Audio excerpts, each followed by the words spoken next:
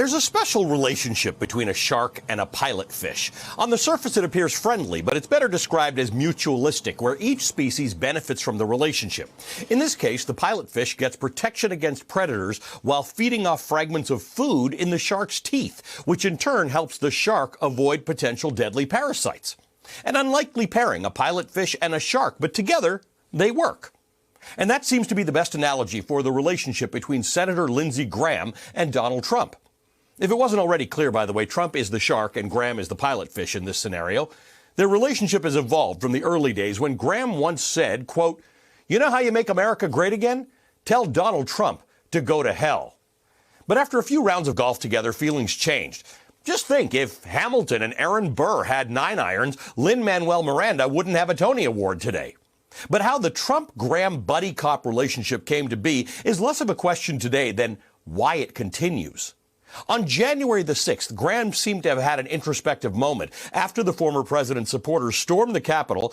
Hours after the insurrection was put down, senators returned to business, and Graham spoke on the Senate floor and said this.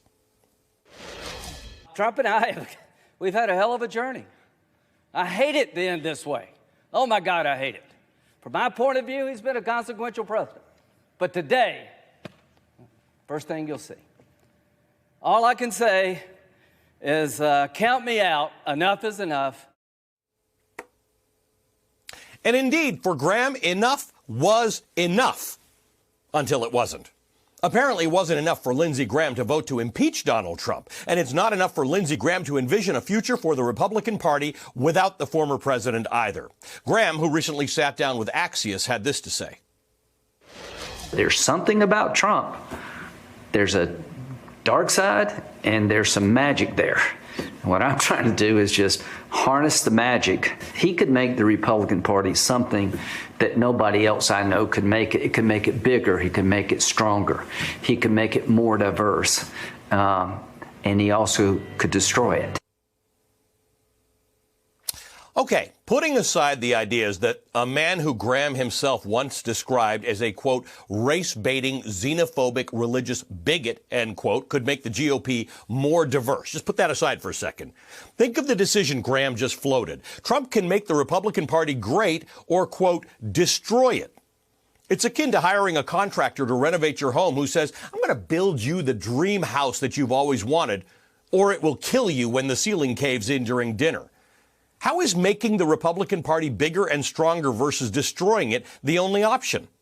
Whatever your feelings are about the Republican Party, it deserves better than that. Perhaps the pilot fish and the shark are fine without the rest of the ocean as long as they have one another. It's curious to note that while Graham continues to advocate for Trump as the future of the Republican Party, Trump is telling the GOP it can't use his name to raise money anymore.